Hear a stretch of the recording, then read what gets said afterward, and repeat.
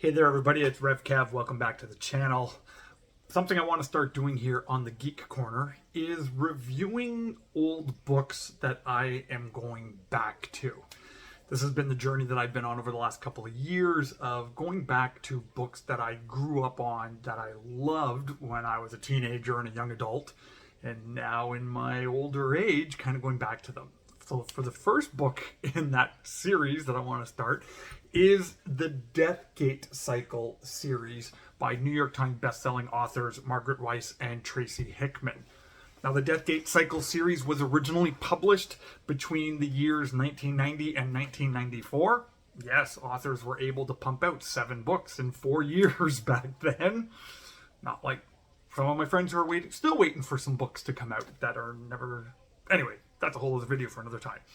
And in this story, we learn, and I'm not going to go into too many spoilers here, but a bit of an overview of the story to kind of get you hooked on what's kind of going on here, is that at some point, humans kind of evolved and kind of became wizards, and they branched off into 2 different groups, the Sartan and the Patrons. And it just created a war between them, and what the Sartan ended up doing in order to defeat their enemy, the Patron, is they sundered the world with their magic. They destroyed the earth and they recreated the earth in their image based on 4 different elements. So they created a world of air, a world of fire, a world of water, and a world of earth. And they also created a 5th realm known as the Labyrinth, where the Patrons were sent there. And they were hoping that their enemy would be rehabilitated. But, well, these things never really work the way, crazy wizards think it's going to work out. And eventually these 4 worlds just lost communication with one another, and the Sartan disappeared. And the Patrons were still living in this living prison where their hatred for their enemy is growing and growing and growing. And finally, one of them escapes the labyrinth finally and begins a plot to take over the 4 realms. Now, one of the things that I absolutely loved about this series is that this is a great introduction to fantasy genre. So if you're not big into fantasy, sometimes the world building that some people really, really love about fantasy novels can take over and can make it hard for people to start experimenting and getting into this type of book. And for me, this series is probably one of the best introductions to fantasy realm, because one of the things I really like about it is it ties into our world. Again, as the story kind of progresses, you learn that these 4 realms came from Earth, our world.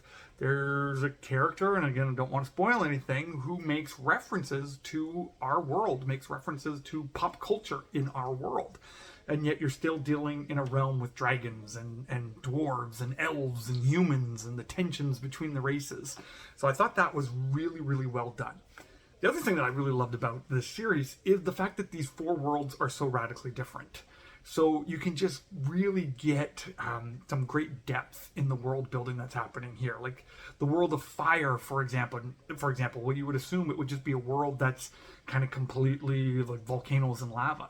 But the world of fire was actually a jungle world where, because the heat was so intense, that plant life just took over like a jungle, right? And just kind of swarmed and took over everything.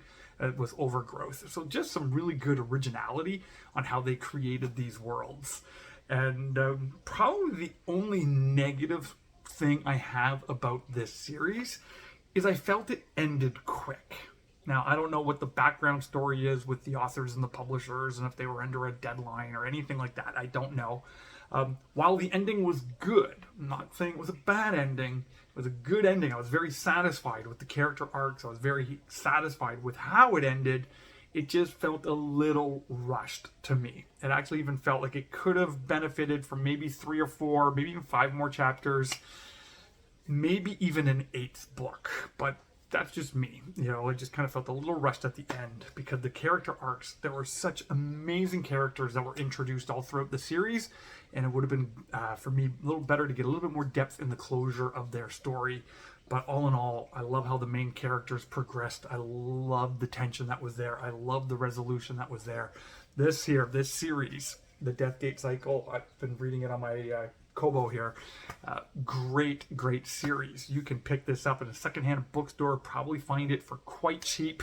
And if not, it's available at a lot of local libraries, and that's kind of how I read it. I read it on my Kobo through some books I took out from the library and some books I ended up purchasing because I had enough Kobo points to get them. So anyway, so this is just my initial thoughts on this series. If you've read the Deathgate Cycle before, I would love to know your thoughts about this series down in the comment section below. And I look forward to kind of plowing through some books a little quicker and doing more book reviews on old books from the 80s and the 90s that I loved.